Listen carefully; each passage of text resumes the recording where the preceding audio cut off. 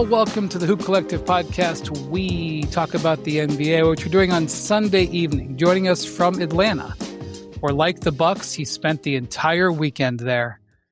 No reports on any lemon pepper wings. It's Tim Bontemps. Hello, everybody. While I'm in Atlanta, shout out to our pals at No Dunks, formerly the starters in Basketball Jones, for 20 years of potting. Like today is their 20th anniversary of their first pot. So, wow! Shout out to Skeets and Tass. Nothing like starting a pod in mid-January. I know. In Toronto. In yeah. Well, that's starting to make sense now. Yeah. It looks like Bontemps is in a club right now. I mean, he's got like look at the lighting in that swanky hotel room. Yes, it's very swanky. Yeah. Joining us from Dallas is Ben MacMahon. Howdy, partners. I can guarantee you that I will not make 20 years potting with the USWB, Tim Bontemps, unless maybe he has a few more of these magical trips to Atlanta to lift his spirits. Hey, I just hope that was that a baseball series, the Jazz in Dallas last couple of days? It was. Oh, it was. I hope that you stayed away from Lowry Markkanen. Oh, he didn't step foot in Dallas. He went on home to recover and quarantine. Oh, thank goodness. You cannot have that Jazz. You cannot have an illness spread through that Jazz team. Imagine what would happen. DMP-CD like old Yusuf Nurkic was in both games. Listen, you got to develop those young guys. All right. So on Sunday afternoon, it was Sunday evening in London, but the Magic and Grizzlies finished their overseas little 2-game trip with Ja Morant playing his first game in several weeks due to that calf injury. It wasn't clear whether he was going to play in that game because he, I think, was questionable coming into it. And he made his first 5 shots, and I think he scored 15 points in like the first 8 or 9 minutes of the game. And he had a brilliant performance, 24 points, and the Grizzlies won. The two teams split the trip, so they're coming back. And then after the game, MacMahon, he declared that he does not want to be traded. He wants to stay in Memphis. He pointed out that he's got a logo on his back, a Grizzlies tattoo. So he's a very loyal guy, and he wants to stay put. So what do we make of the Ja Morant situation now that this has happened? Couple of things with this particular day. The performance, which was spectacular, 24 points, and I don't know how many minutes he ended up playing, but a very efficient 24 points, 13 assists. I mean, a reminder of just what a talent he is. And then the post-game stuff. So let's start with the performance. And this comes on the heels of one of his more recent performances being a 40-piece.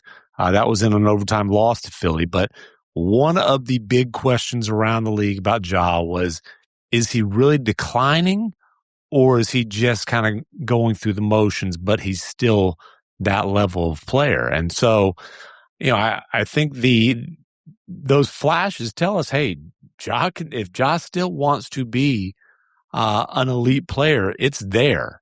If he's on the floor and healthy, it's still there if he wants to crank it up. So, does that move the needle in terms of trade interest? I don't think it's that simple. I think the combination of that brilliant performance and the post game, I love you, Memphis. I want to, I want to be a Grizzly. I got the tattoo on my back, all that stuff kind of reinforces that a trade of Ja is going to be an extraordinarily unpopular move if it happens. So I think that the interest meter, I don't know how much this moves it. It can't hurt. But the PR meter was already pretty strongly in Ja's favor. And I think even more so after the performance in the post-game comments. Yeah, I mean, I don't think this moves the needle at all as far as people around the league go, to be honest. I think there's very limited interest in Ja around the league. I've spent a lot of time asking people where they think he could go. There's not a lot of teams that you can really come up with as really credible options for him.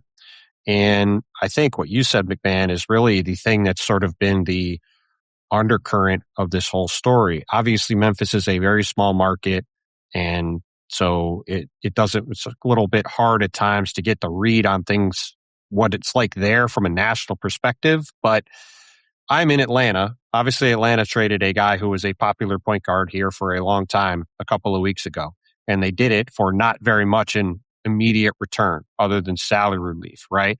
Now, that, I think, as we've talked about, that was a very smart move for Atlanta to make, I think, and it sets them up nicely for the future. I think if the Grizzlies could do a similar deal, I could make an argument it would make sense for Memphis to do that. However, everyone here, fan base wise, everybody was ready for Trae Young to move on, including Trae Young. And the very clear difference is Ja is an immensely popular player in Memphis still. The fans are still going to be very much, at least to some degree, in his corner, even though I would argue some of that in that the place isn't exactly selling out like it has in the past. Well, he's not on the floor that often either to sell it out. Well, that's true, but when he has played, it still hasn't been. And, that coupled with the fact that there isn't going to be this, massive return for him if they do a deal.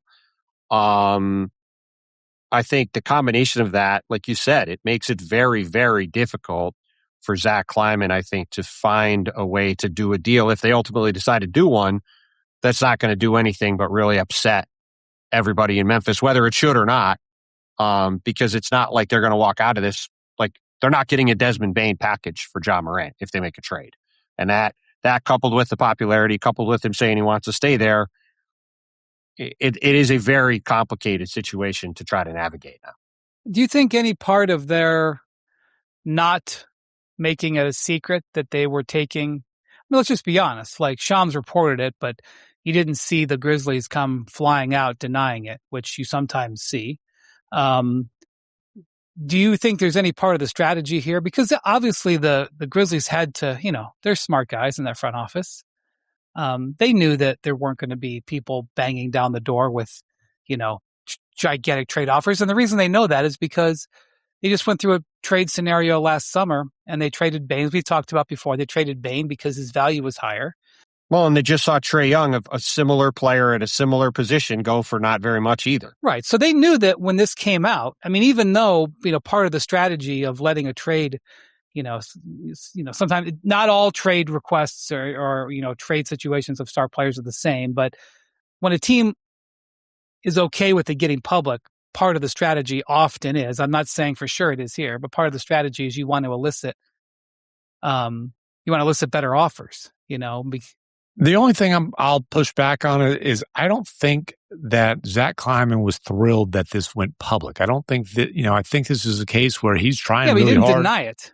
Sure, because he couldn't, because it was absolutely true. Right, but right. It's one of the, listen, man, how do trades sometimes, sometimes there will be a case where a GM or president of basketball operations is leaking, hey, we're trying to trade this guy, and they want the market out there. Sometimes they're just trying so hard to trade him that it gets, the birdies get to a reporter like Shams, who's obviously extraordinarily well connected across the NBA. And I'm pretty certain this one falls in the latter category. I still, this does not change Ja's performance today. The thing it doesn't change is I think Ja Morant staying in Memphis is, I'll just use a word that was said to me by somebody involved in the situation. It's an untenable situation, right? Because you have to go back to everything that's happened over the last few years led to a point where it was extension time, and Zach Kleiman basically told Ja, we don't want to talk about an extension with you, buddy. That's what happened with Trae Young as well, right. by the way. And then very early this season, Ja gets into it and, in front of the whole team with the new head coach, essentially the rookie head coach. And what did Kleiman do? He sided with the head coach. Then months later, the Grizzlies are working hard to try to trade Ja. So if I believe Ja when he says, I want to be in Memphis, I think the part he's leaving out is on my terms. And I don't think Ja can be in Memphis with Zach Kleiman running the front office and with Thomas Isalo coaching the team. Those aren't his terms. And again, I think this is a situation where the fan base is going to really be upset if a trade happens, but the franchise needs to move on because this is a reminder of how good he can be, but it's also how many All-NBA caliber performances has he had this year? 4 or 5? They're halfway through the season. I mean, you could argue it's 2. It's the one you mentioned with the Sixer game and then the one today. By the way, I was surprised. I was reading the story about this. Maybe you read the story. Do you know how many All-Star games Ja's made? 2. I was going to say 2. It's because like, since then he's been suspended or hurt the whole time. How many playoff series has he won? Uno. 1-1. So, I mean, a singular. So, okay. So the three-dimensional chess, you're shooting down the concept that starting trade talks, knowing they were very likely going to get public. Are you shooting down the concept that is a motivational tool for Ja, if not to keep him long-term, but to have him start playing better? Because there are people who watched Ja play this year and saw him not attack the basket, wondering whether he had the gas all the way down. I would say it's less that and more preparing everybody for the possibility of him getting traded because of the backlash that would be coming. And if you just traded him out of nowhere and you didn't say anything about it, there would be, I think, more backlash than if people have time to sort of prepare themselves for the possibility of it happening. And I also think everything you said, MacMahon, I don't disagree with. But the problem with that is you need somebody else on the other side to do the deal. And I am not, it's like the Jonathan Kuminga situation. Like both of those situations, it feels like an untenable situation that needs a resolution. And I'm not certain either of them is going to end with a resolution because I don't see an obvious way to get out of either situation that benefits everybody involved. Well, why was Washington at the end of things Trae Young's preferred destination? Any guesses on that, fellas? Because there was one destination interested. Exactly. And so, but again, it gets back to, I think Zach Kleiman's having to work extremely hard to attempt to create any level of market for Ja Morant, just because, dude, and it's funny because when I was working on that deal where I'm asking people about Trae and about John, about LaMelo, and, all these guys could be available before the deadline. This a couple months ago. And, what's the level of interest? And the answer essentially was not a whole lot. There were several people, not 4 or 5 people with other teams who said to me, I think there's a chance that Ja, with the change of scenery, is going to be fine. That Ja's the one of those 3 that I think there was the most belief that, his second stop might end up working out. But then it was always followed by, but it won't be us. It won't be here. So it would be a bad chance for somebody else to take. It was kind of the gist of things. You mentioned Memphis being a small market. The challenges in Memphis has, market-wise, I don't think people 100% understand it. I just was reminded of, I mentioned this on the pod before, but just, their regional sports network right now is having some difficulty again. They already declared bankruptcy once and they're missing payments, reportedly. I think the Sports Business Journal had all that information. Memphis makes, reportedly, every week during the NBA season, they make about $500,000 in payments from their regional sports network. That's their share. Before it's shared with the players or whatever, that's their fee, their rights fee. They make about $500,000 a week. I'm actually rounding up.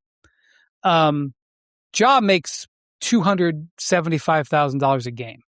So their TV deal doesn't even cover Ja's salary per week. Okay, their local TV deal.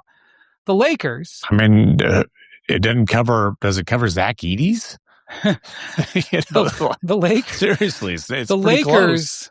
Who are number 1. The Grizzlies are number 30. The Lakers make about $7.5 million a week in their local TV deal. Now, there's revenue sharing in there. They're sharing with the players and they're sharing with the teams. It's not completely apples to apples, but And the reason I bring this up is because the value of a superstar player to any organization is incredible. You know, you could argue that LeBron James, even if he was paid $100 million this year alone, just for this year in this state that he's in right now, age 41, is probably underpaid relative to his value to the Lakers. Okay, certainly because, look at their rights fee. And the Grizzlies, having a star player, is so important because they don't have any sort of cushion in the market. And so the reason I'm bringing this up is the complexity of making a decision to consider trading your signature franchise player, especially in a market like Memphis. And the Grizzlies have obviously reached that point. I'm just illustrating. I also think it's a reminder that he's not really a franchise player. And I think that's really what it comes down to. Like he's a star. He's a star in name that is not a star in production at this point. And if he was having games like this and games like the one against Philly on a regular basis, we wouldn't be having this conversation, right? The fact that those are the two games you can pick out and say, oh, that looks like Ja Morant from 3 years ago, beyond all the other stuff that's happened, that is why we're at the point where we're even talking about this. Because, we've used this with Jimmy Butler last year in Miami. There's a lot of different situations. At some point, the juice is no longer worth the squeeze. And in Memphis, it's clearly not the case. Like, I think it would make sense for them to move on, but that's for the same reason why when you look around the league, there's not a line of teams going, oh, like you said, MacMahon, there's not a lot of teams with their hand up saying, oh, I'm the one who wants to have Ja Morant on my team. Like, that's not what's happening. And that's why I'm not sure there's going to be a trade. You've got teams that have been suggested or speculated or even reported as Ja potential destinations that are raising their hands and basically saying, no, like you guys shot down on Friday, Miami as a destination. A lot of people thought Miami was maybe the most likely. And I think the word that was in our story, and I think it was a well-selected word by Bontemps, was Miami's interest in Ja is overstated. I would agree. I like the use of the word that I chose, overstated. I would say it was overstated. I would also say the potential. I would also say overstated is a good word to describe the possibility of Ja Morant to the Bucks. We'll say that. Hold on, though. Okay, let's be clear then. Does overstated mean non-existent? As I have said in the past, in the wake of the Luka Doncic trade, I've stopped saying never about things, but I feel confident that Ja Morant will not be a Heat and will not be a Buck. That's what I would say. Is it a Heat? A Heat. Whatever. That's right. Okay. Whatever it is. When I was a kid, I don't think he's going to Rod Miami. Williams. I don't believe he's going to Miami, and I don't believe he's going to Milwaukee. When I was a kid, Hot Rod Williams, the late Hot Rod Williams, was a player with the Cavs. The Heat were only like in their second or third year, and they signed with this huge offer sheet, which is 7 years, $28 million for a guy who wasn't a starter. One of Mark Bartelstein, friend of the pod's first gigantic contracts. It's funny that $28 million over 7 years is just a shocking number at the time. Go on. Absolutely, it was. In fact, I remember. So Terry Pluto, my former colleague at the Cleveland Plain Dealer, he was the beat writer at the time covering the Cavs. I don't know where he got the numbers, but he found out the offer sheet numbers before the Cavs did. And so it's his story, but I'm going to tell it. And so he calls up Wayne Embry. I think he was on like a speakerphone with Wayne Embry, who was the general manager of the Cavs at the time. And their lawyer, like their general counsel. And Terry had the numbers. And he was like, okay, year one, $2.7 million. Year two, 3.1, these were like jaw-dropping numbers, like the high, and they were like, oh my God. Anyway, Hot Rod wanted to go to the Heat because he was going to be a core player and, or a star player. And he goes, famous line in Cleveland, as far as I'm concerned, I'm a Heat, which was a funny line at the time. By the way, speaking of, just put things into perspective about the Bucks, and again, this is just more perspective about the Grizzlies. You would say Milwaukee's a small market, right? Yeah. They make almost twice as much on their local TV deal. By the way, with the same company, like it's the same parent company. They make more than twice as much, slightly more than twice as much. And listen, Memphis is a bottom 5 team in attendance right now with Ja as the face of the franchise. Now, look, Memphis has also shown that like they can create a great atmosphere in that arena. The Grit and Grind Grizzlies had a great atmosphere for years, but I believe there will be fan backlash if Ja gets traded, but how much that actually affects the bottom line, I don't know, because the bottom line's not great now, and that's why you hear a lot of wondering whether it's going to be an NBA city long term. There's questions about how much longer the Grizzlies are going to be in Memphis. There's a lot of uncertainty about that whole situation. I don't think so. This is something that Bontemps and I have been working on for a while with regards to expansion, with regards to NBA Europe, with the understanding that things can change. And, I have sources I talk to all the time, but, I don't purport to know everything. I don't think any teams are relocating anytime soon. I don't think it's an option on the table at all. Probably not before expansion's settled at the minimum.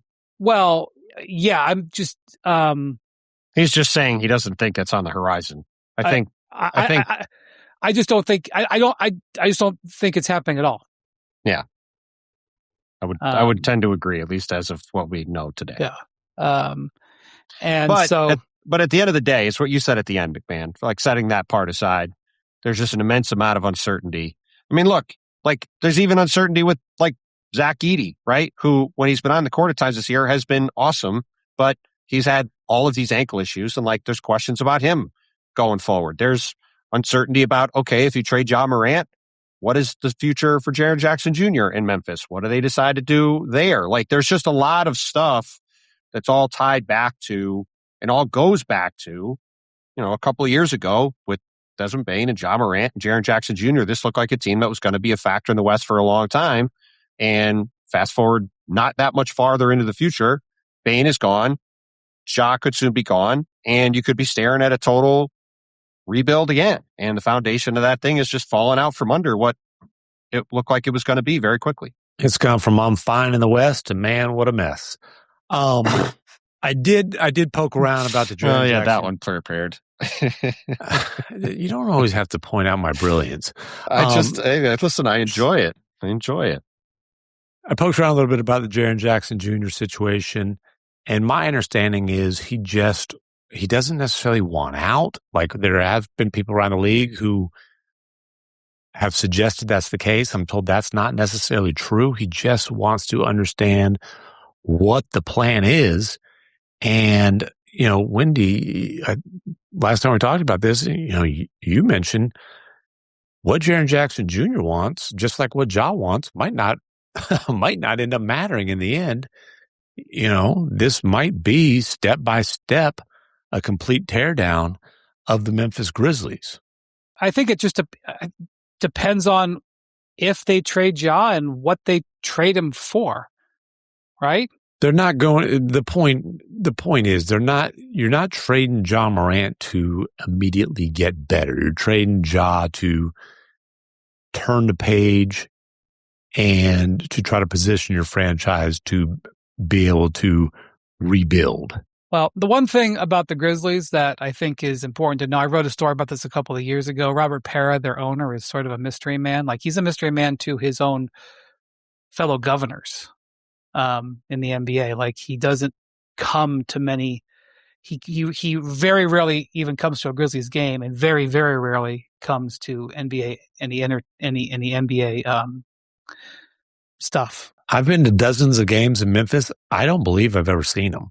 Anyways, go on. But he's extraordinarily wealthy.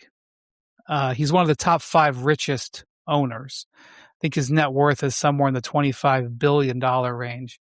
He controls 93% of the stock price of his company, which is a company that makes, I think, equipment basically for networking equipment that sells huge amounts of. I think last year his personal stock just in that company. I don't know what else he invests in.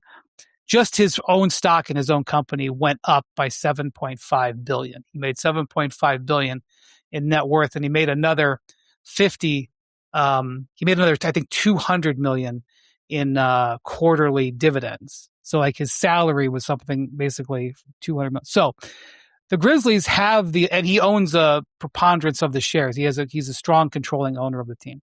So when you look at the Grizzlies and you talk about their difficulty and their decision-making process, yes, they have to make decisions based on market share. However, they have what you need in a small market like this to do a rebuild, which is an owner that can weather financial storm. That doesn't necessarily mean that's what he wants to do, but it's one thing if your team is struggling to make their payroll, and that could affect decisions. That is not the case with the Grizzlies. The Grizzlies have an incredibly deep-pocketed owner, and at times he has spent into the luxury tax. This is not a team that's afraid to spend, but I do think it's important to think about when you think about the decisions. But what you're talking about, Jaren Jackson, is interesting because I think there are teams out there that are wondering, like, would Jaren Jackson become available? And they're I would say there's a lot of teams, right? Are we sure there's a lot of teams? There's teams. Like, I don't know. sure? It depends on your definition of the word "a lot," but I'd be curious what the Jaren Jackson trade market is with that extension kicking in next year at north of $50 million. He's owed about $200 million over the next 4 years after this year. 49, 50.5, 52, and 53.5. So that would be about $205 million ish over 4. I would say there are,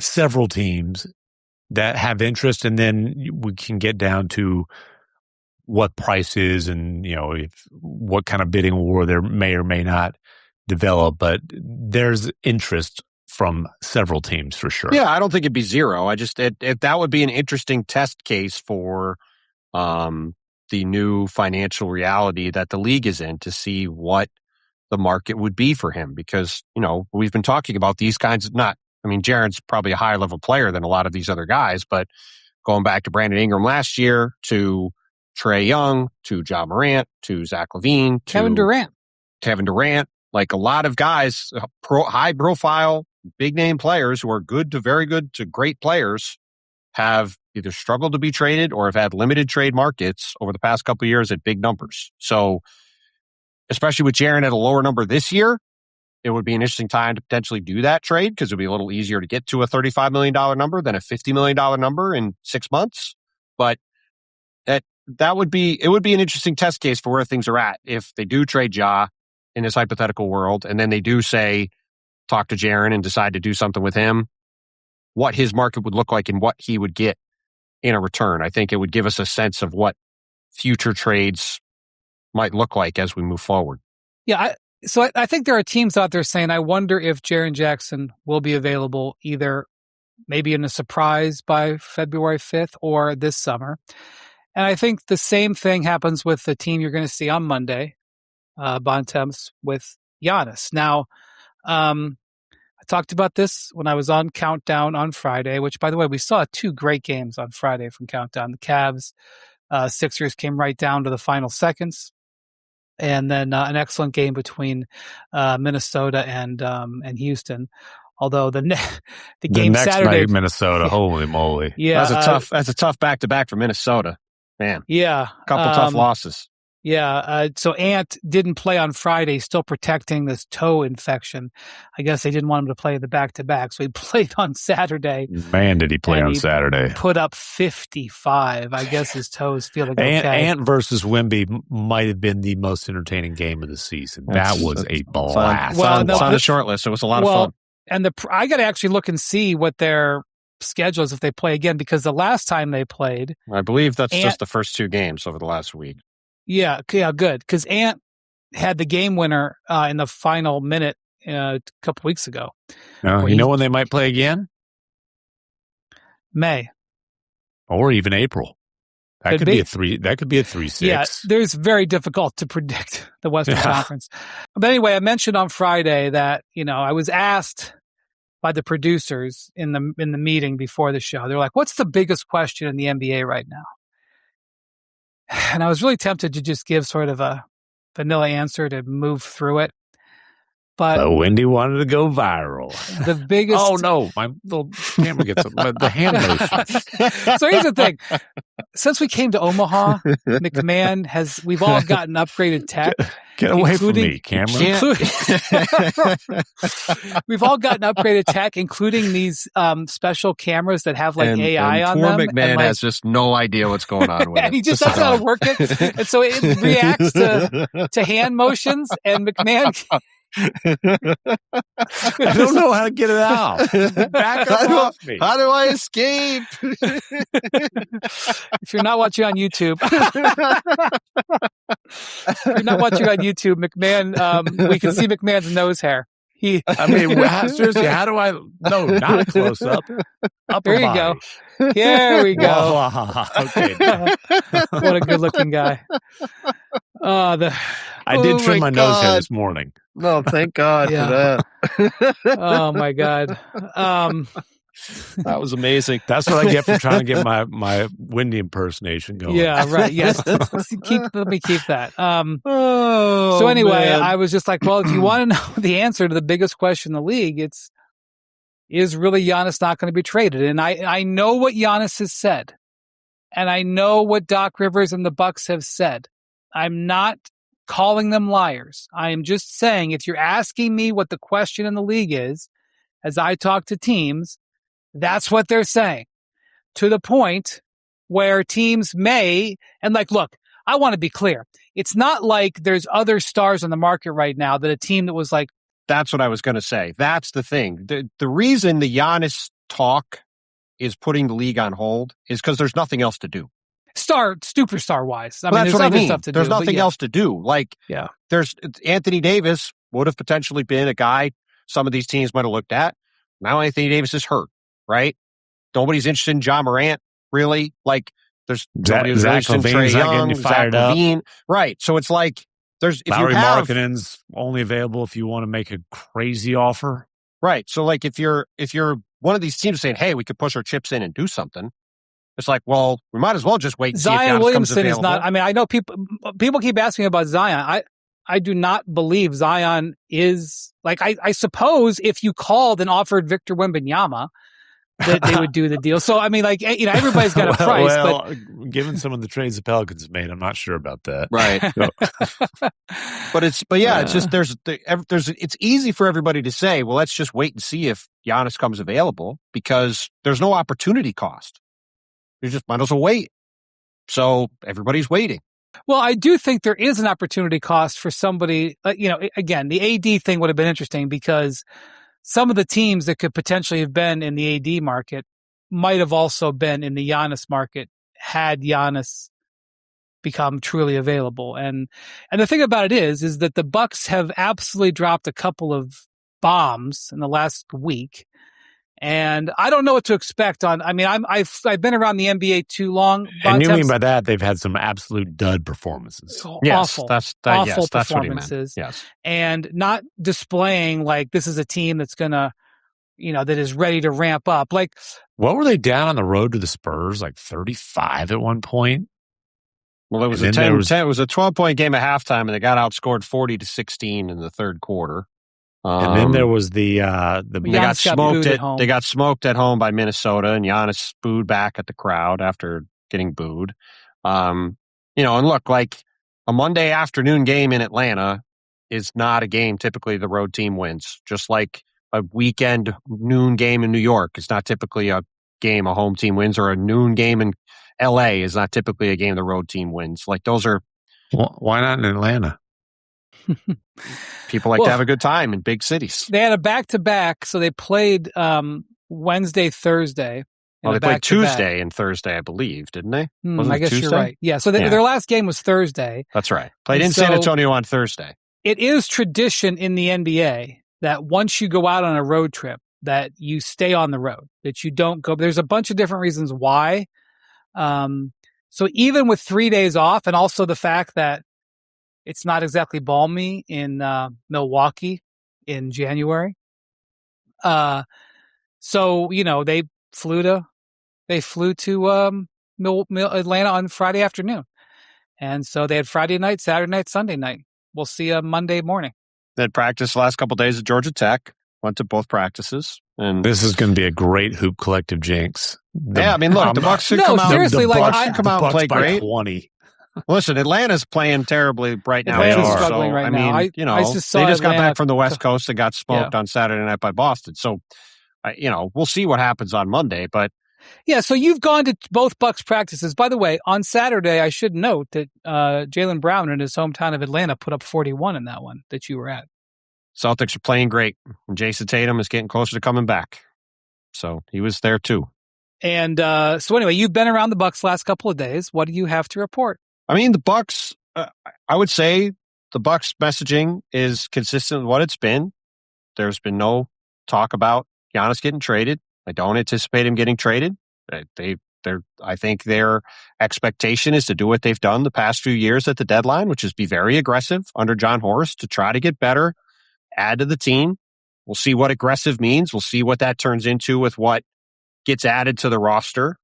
Yeah, we reported in our thing that we came out with on Friday, we said that they're basically the only team that every single team in the league says is a buyer. Yeah, I mean, there's not a lot of teams right now that have either the ability or are incredibly motivated to do stuff around the league for a variety of reasons. Some of it is because a lot of teams are waiting on Giannis. For some can't do stuff because of financial reasons or lack of draft picks to move. But Milwaukee's obviously got incentive to make moves. The question is, what are they going to do? And we'll see if Zach LaVine is an option there. We'll see if some other move is an option there. But I would imagine they'll try to improve the team. I don't think Giannis is going to get traded. I'm sure maybe there's a world where they continue to be this bad for a couple of weeks and things change. I don't think that is going to happen. I expect this to go into the summer, and then we'll see what happens. By the way, the reason the summer is a thing for Giannis is because he's extended his contract with Milwaukee like 3 or 4 times, but he has an extension window this summer, which is why that's and this is one thing I think that is worth pointing out that we haven't really clarified lately. Do you know when his extension window is? It's in August, isn't it? It's in October. Oh my God. Or it's in the fall. I'm pretty sure it's in October because of when he signed the last one. So right, he said he wasn't going to extend, and then he did right before the season started. Yeah, that's right. So this is a thing where if this really becomes a wait until Giannis can sign the extension and see what Giannis does deal, that's right before the season starts. That's not like a June 30th discussion or an at the draft discussion. Unless he makes it that. Well, no, he could, but I just mean they could go to him and say, hey, Giannis, are you going to sign this extension in October? And he could say, I don't know. I'm going to think about it. I'll let you know in October. Well, that's what has done in the past. I know. So it's worth pointing out that for all the talk about let's see what happens in the summer, it could really be let's see what happens in October, which would be an interesting twist on this stuff. They go into the summer. Giannis likes to unplug in the summer and go to Greece. And this summer, it's a dead summer in international basketball. No World Cup, no Olympics, no European Championships. There's no major events, so he would not have any of that this summer. Yeah. So I mean, look, it's obviously not been a great couple weeks. There are a couple of games, but it's actually a really important game for Milwaukee beyond just the obvious needing to get back on track. The Hawks are in 10th in the East and in the last play-in spot, and the Bucks they're tied in the loss column, but I think I want to say they're a game and a half back because they've played 3 less games. So it's a pretty big swing game for Milwaukee to try to build some momentum that way. Because by the way, their schedule coming up, if you want to talk about a team that's scuffling, this is their schedule over the next couple of weeks. They've got this game in Atlanta on Monday. They then go home to play Oklahoma City on Wednesday, which we'll talk about them in a minute. Then they play Denver on Friday. They have Dallas on Sunday. That one might feel pretty good about. So then they're at Philly, at Washington, which again, probably feel pretty good about, and then at Boston. So that's their schedule over the next 2 weeks. That's a lot of difficult games for a team that is already scuffling in the standings, which is what makes Monday's game really important. Right. I mean, exactly. To be clear, the Bucks would not even be a play-in team at this point. You talk about the Bucks being buyers. It's okay, but they're trying to buy with a credit card that's almost maxed out.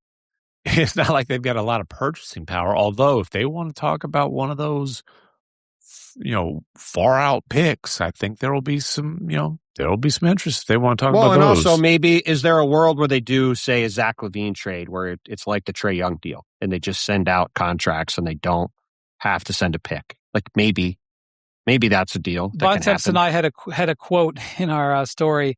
I had an executive who's been around for a while say to me, look, Milwaukee's got a couple of draft picks left still, and they've got $14 million under the luxury tax. He said, I've seen chicken salad made from worse. Yeah. And look, and John Horst has been aggressive and has done a lot of moves in the past. So I think the Bucks will probably have a better roster in 2.5 weeks than they do today. I think the question is, to your point, MacMahon, how much of their future stuff are they giving up to do that? And can it make any real difference? Because I think we all agree this team is not good enough and doesn't have a path to being a contender in any real way in the East, barring something miraculous. But if you're trying to talk yourself into this, they clearly have the best player in the conference, and the conference is not exactly full of a murderer's row of teams at the top. So if they can get better and can find a way to get in, and Giannis is healthy on April 15th, they're going to go into any series with the best player on the court, and they could say, hey, we're going to go into the series with the best player, and we think we'll have a chance because of that. Now, I think there's a lot of work to be done to even get in the playoffs from here. That requires Giannis to stay healthy. All of these things have to align, but that's where I could see them, I could see yourself being talked into, hey, if we can make a couple moves to add a couple pieces on the margins and Giannis stays healthy, this could start to go in another direction. But that's a lot of ifs, ands, and buts. And, yes, they have some stuff to work with, but they don't have a lot. So be interested to see what they do. Speaking of health, we have some depressing health updates that we need to give. So first off, the Clippers were in a really good place. And I'm not saying that they're not going to be in a really good place, but they'd gone 11-2 and basically gotten themselves back into the play-in mix and, could dream. And in fact, the Clippers went from a team that some people were thinking might be a quiet seller to now becoming a team they're saying could be a buyer. And so on Monday, they're playing at Washington, which is a game that they're pretty heavily favored in. But they'll probably go to 13-2 in their last 15 games with that win. That assures a Wizards win. Congratulations to the Wizards. The Lizards The Wizards, I don't think will be congratulating on that if they. That ain't a W. DraftKings says that the Clippers are favored by 7.5 in that game right now. Anyway, good company man with that promo. I like that. Thank you. You're welcome. The Clippers, however, are on this East Coast trip. They sent Kawhi back home due to knee irritation. It's never good when a player gets sent home on a long road trip. Never, ever good. When Kawhi gets sent home, I don't care what they say. I don't care if they say he's got a hangnail. And then they say it's with his knee. No, sir. No, don't like. And so that's one thing. On Sunday, the Cavs issued before you were in Atlanta, you were in Philly the other night, Bontemps, and you saw the Cavs with the miraculous baseball series 2-0 run out of Philly, including a career game from second-year player Jalen Tyson, who made 39 and the game-winning assist. Someone may have texted me on Friday, MacMahon, that quote, "A star is born." Someone may have texted me that on Friday. I didn't realize his brother's the wide receiver who's going to be a first-round pick in the NFL. I didn't know that either. I saw that the other day. That was wild. I love what he said to George Sedano. So he gets the walk-off interview because he's had the game of his life. And George is like, how about your brother? This is an amazing time for you guys. Your brother will be a top 10 pick. He was like, no, man, he's going to be a top 5 pick. I like that. I respect it.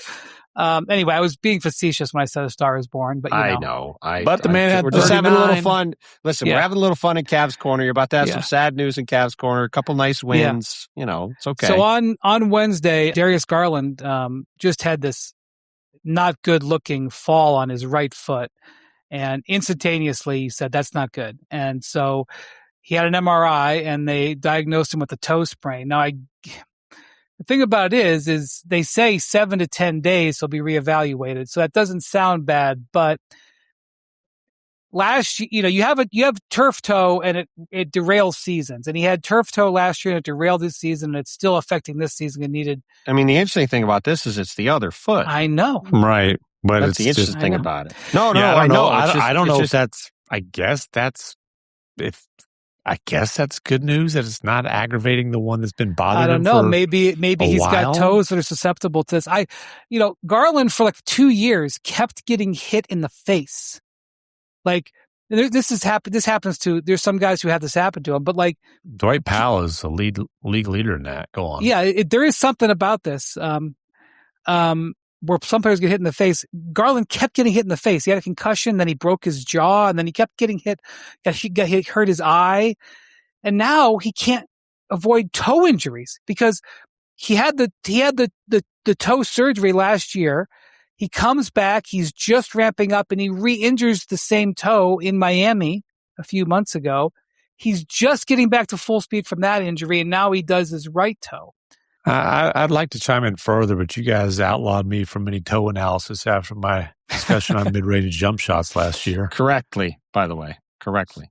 Yeah. I still think that one fit. Jackson said that, that he did analytics and that there was a bump from because I think it got posted on some websites that you may not necessarily want to be associated with. Don't do it. Don't do it. Don't do it. No. I was testing these fancy cameras moving all around still. No, they react. Zoom in on your face again. If they do the same thing with foot gestures. Just stop. It's just a test. I have socks on too. Just stop. No nudity here. Anyway, so that's less than ideal. So we'll see. The Cavs play the Thunder on Monday. And one of the MLK premium games. And they don't have good news either. Yeah, Jalen Williams, J-Dub, will not be playing in that game because in Miami on Saturday, a big win for the Heat. Bam Adebayo with a big performance there. The Heat get a close win. He pulled his right hamstring. I don't know what they call. They strained. I don't know what they call. Well, yeah, they when he exited the game, they said right thigh soreness. He was grabbing the back of his leg. Yeah, I don't know. He's now ruled out for a right hamstring strain. They are not specifying the grade of the strain. I'm sure they will not. Yes. They are not announcing any kind of timetable. By the way, just as they didn't with Isaiah Hartenstein on the current soleus strain that has sidelined him since late last month.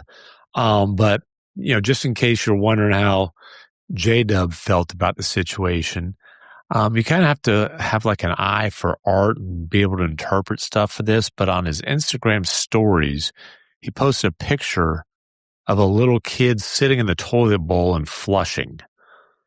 So that's how he feels about the situation. I don't think that was a happy picture.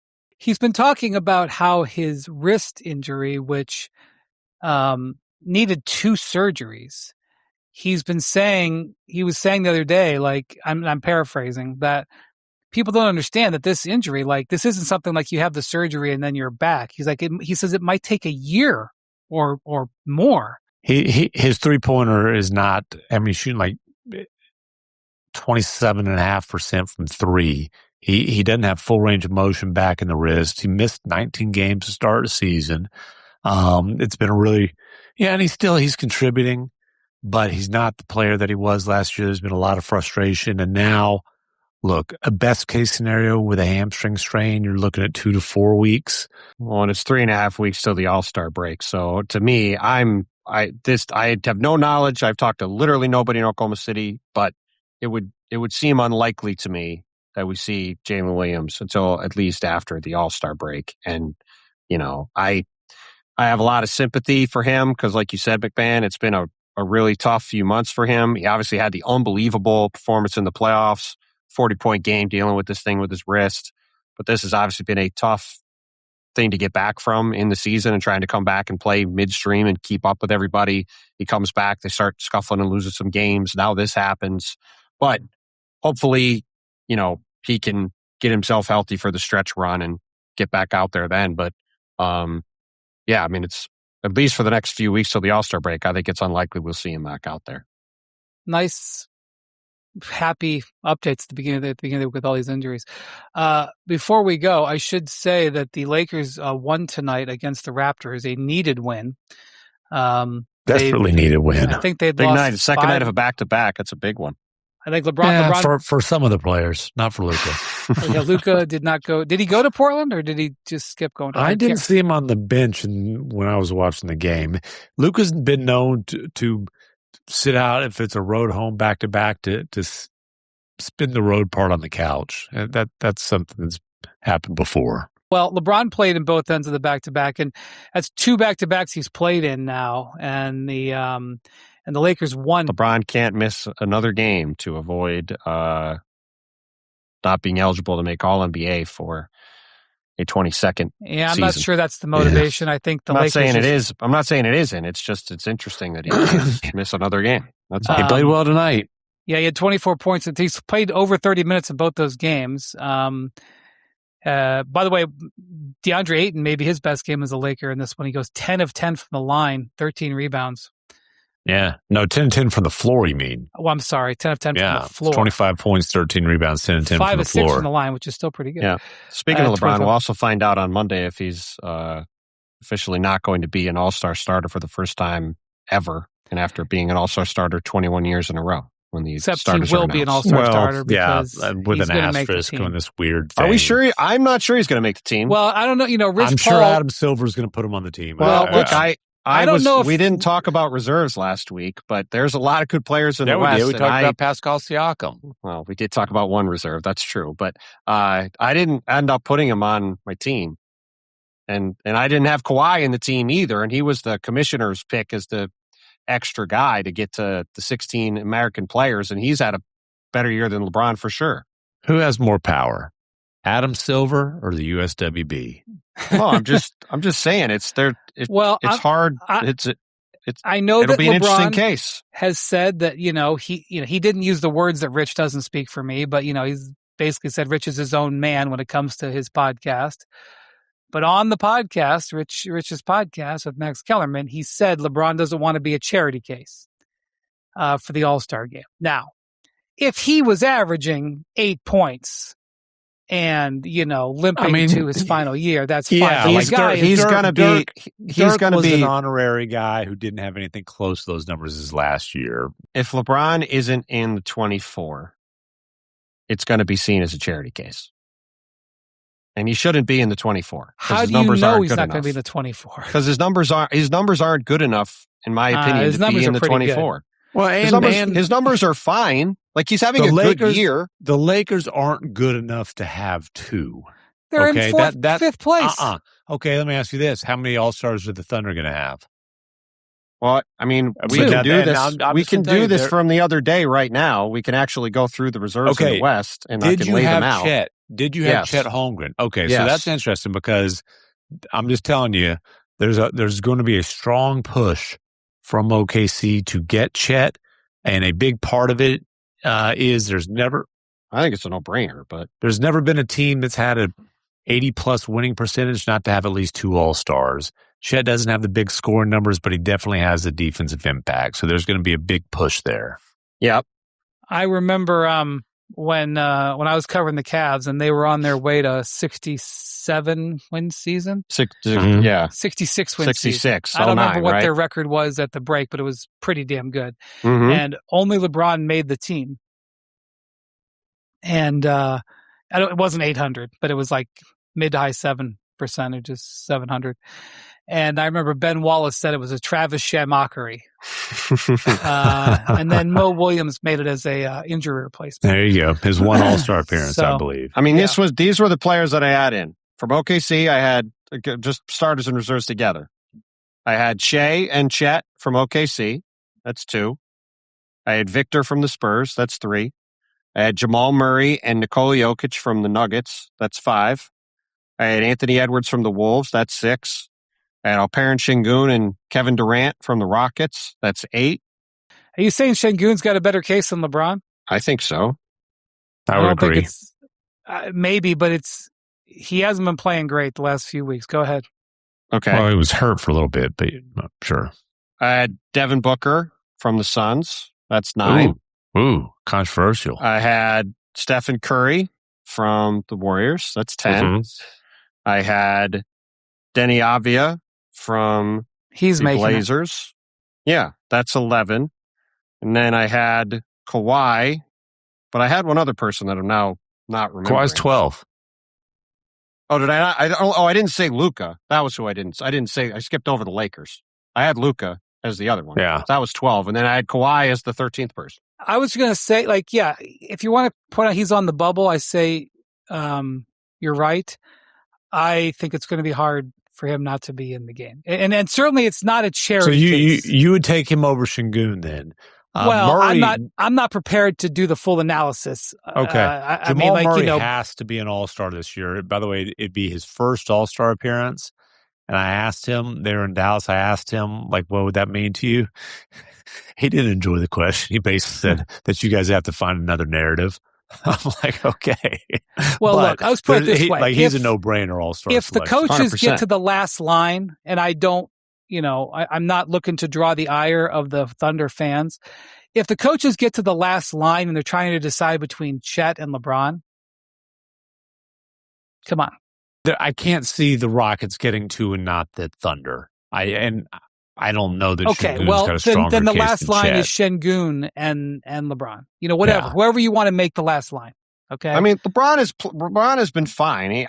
His numbers aren't as good as any of these guys. If you want to say he just has to be in the All-Star game, but then my point is he's not a charity case. He's averaging 23, 7, and 6, and he's shooting 51%. Well, and the funny thing is, if it comes down between Alpi and LeBron, then Alpi would get it anyways because they probably need another international. The shortage is going to be on the American players, not the international. Okay. players. Oh, that's right. What if it's Kawhi or LeBron? What if that's the? Come on, Wendy. I aspire to make you make a call on this.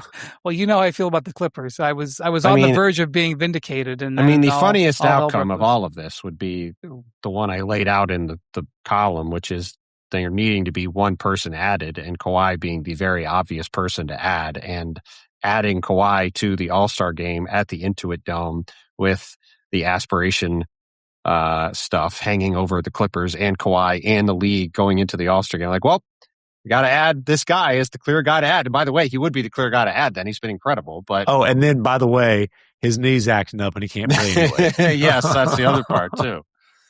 Speaking of the Lakers, so they get this win.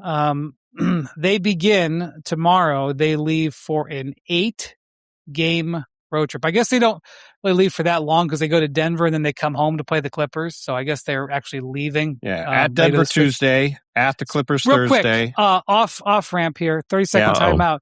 Okay. May I point out that the Charlotte Hornets won in Denver this weekend and completed their West Coast trip at 3-2, which didn't include their previous road trip when they went into Oklahoma City and won. When they have their best lineup out there, which is, Brandon Miller, Con Knipple, LaMelo Ball, Miles Bridges, those guys are continuing to play well. And, I was, watching them against the Lakers the other night.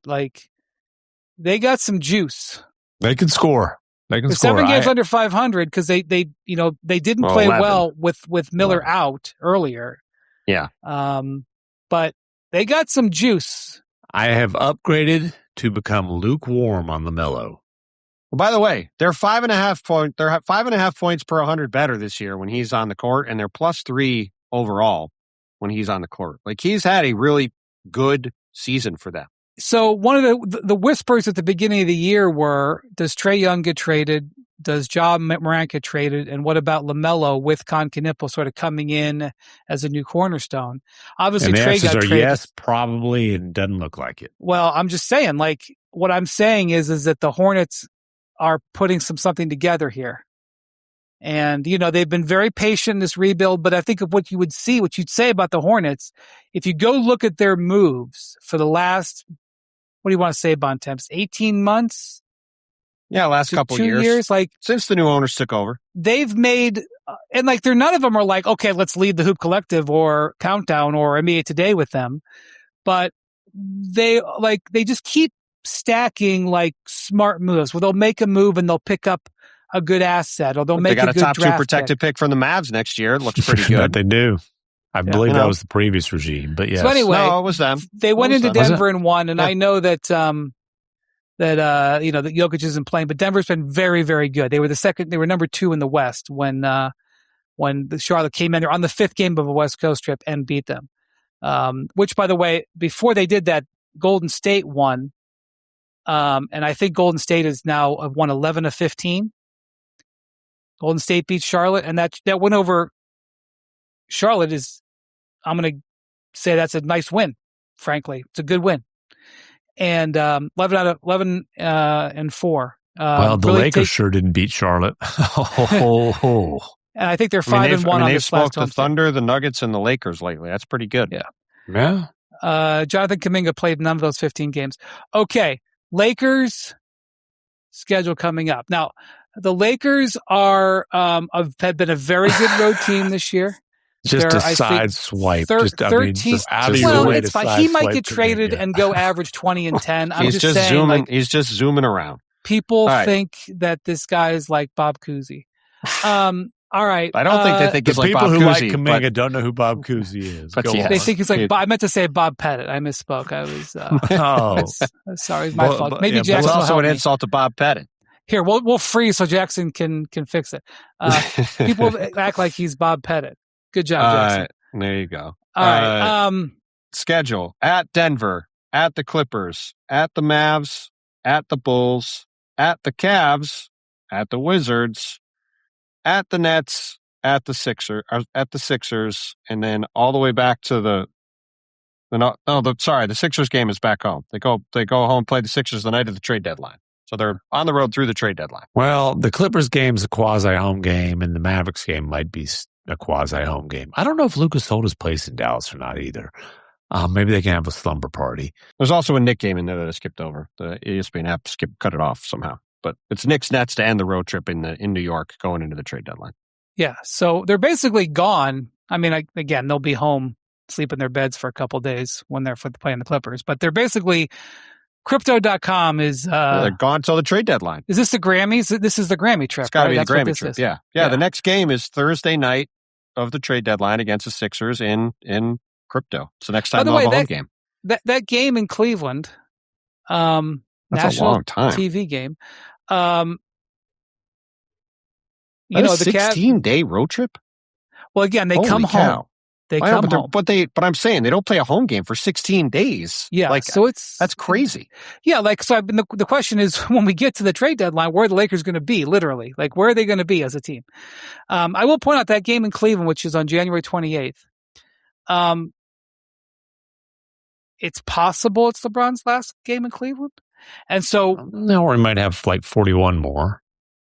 Well, that's the thing. So, like, if you're the Cavs, the Cavs are in total celebration mode of their greats. Like Kevin Love got a huge standing ovation last week, and he went up and pointed to the banner and then pointed to his ring.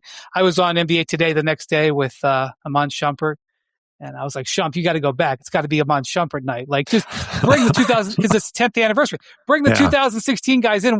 Channing Frye. This is your life. Like that could be a moment. And if nothing else, then just a reminder that, LeBron's a free agent next year and, the Cavs still have issues at the small forward spot. Okay.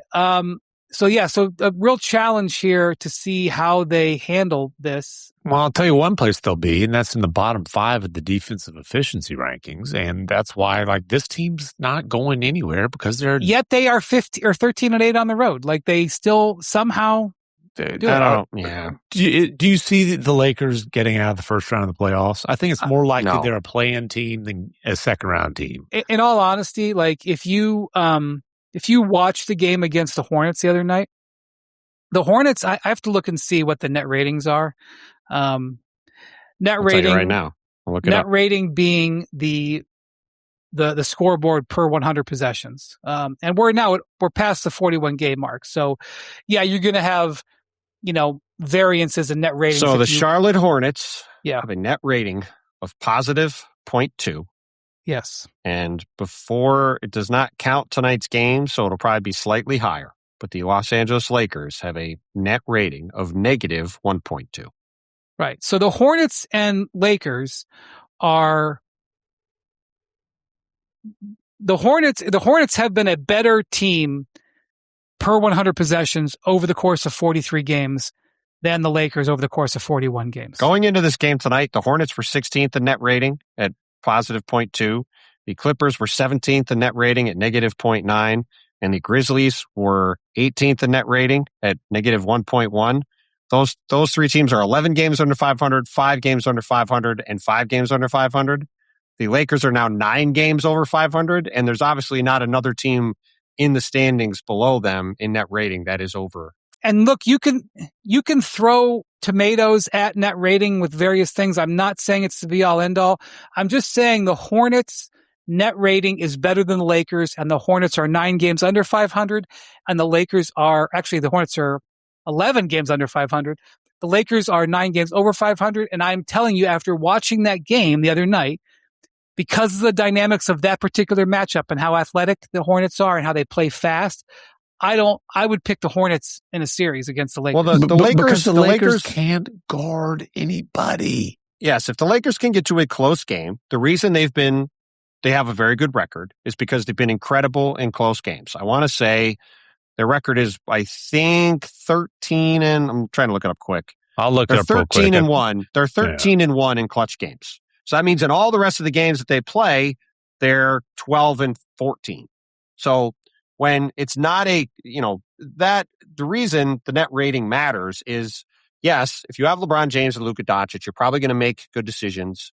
You're probably going to get free throws late in games. Those are star players who make big plays. Like, they can win you games. However, over the course of time, being in that many close games, you're going to eventually start to, just by luck and chance, lose some of those games. So the reason that rating is a good barometer of how good a team is because, like, if you're consistently 5, 6, 7 points better than your opponent, you're going to traditionally win a lot more games. And when you get into a playoff series and you have to see a team 7 times in a row, and the Lakers have these very clear and obvious flaws from particularly defensive and athleticism standpoints on the perimeter, if they have to play the Spurs or the Wolves or the Rockets or the Nuggets or the Thunder, it's very difficult to see how they match up with any of those teams favorably over a 7-game series. They're a lot like the Warriors, the other team with a bunch of Hall of Fame players late in their careers on the team, where the Warriors can look really good sometimes and have had some really nice wins. And they've also had some real clunkers against bad teams because they're up and down, and they have a team that's got some strengths and some real flaws. And that's why both those teams are hovering around the play-in right now. But the Warriors guard people. The Lakers don't. The only teams that are worse defensively than the Lakers are the Kings, the Pelicans, the Wizards, and the Jazz. That's terrible, tanking. It's not good. By the way, you mentioned free throws just because, this is a number that certain people in the league just go crazy about. The Lakers just over the last, 10 or 15 years, they're just some 700 years. Ungodly amount of more free throws than their opponent, which just drives people crazy some certain people. Yes. Many people. The Lakers have played now 41 games, so they're at the halfway point of the season. They have 197 more free throws than their opponents. Yeah. And the thing about the Lakers is their flaws aren't going to be fixed. Not this season. It's roster remodel. And, and JJ is driving himself insane and probably driving some players insane. I know, like that's the thing is that things are going the basis. Lakers' way this year. Like JJ is wound this tight when they're 13-1 in clutch games. Well, and I think to be fair to JJ, I think the reason for that is what we're talking about, right? Like, yeah, you could sit here and go, oh man, the Lakers are 25-16 at the halfway mark. It's a 50-win pace. Amazing season. Another championship banner is coming to LA if you want. Or you can look at it realistically and say, if we're going to actually be a team that's trying to beat these elite teams in the West, we cannot be 26th in defense. And that has to change. And if that's going to change, it's going to require everybody buying in at a different level than they are. And I don't think that's, I agree. I don't think it's happening. And you could say, well, the Lakers should try to add pieces. I think there's too many holes to fill at the trade deadline to really fix their defense. Well, holes to fill and future to prioritize, right? Because you don't want to take back long-term money, because if there's any team that can build with, free agency as a primary part of their plan, it's the Los Angeles Lakers. I mean, the Lakers and the Heat are the two that have had the most success in free agency over the years. But you have to surround Luka with length, athleticism, and some shooting, and they don't have it. DeAndre Ayton had a great game tonight. He's not going to be a defensive anchor. It's never going to happen. Marcus Smart used to be an elite defender. That was a long time ago, and it's not going to happen. LeBron used to be a great defender. LeBron's 41 years old and knows this is probably it for him in LA, and he's frankly not going to exhaust any energy on that end of the floor. And Luka looks like a guy who he's very much in the pick and choose when he feels like exhausting any energy on the defensive end again. He definitely uses energy talking to the referees, though. And dodging things in the hallway after games and such. What if he didn't dodge it? I don't know. Anybody ask about that? That's enough for tonight. Thank you to Devon, Mark, and Jackson for producing it. Thank you to Bontemps and MacMahon for yapping. Thank you for watching and listening to the Hoop Collective. Talk to you next week. Adios, amigos.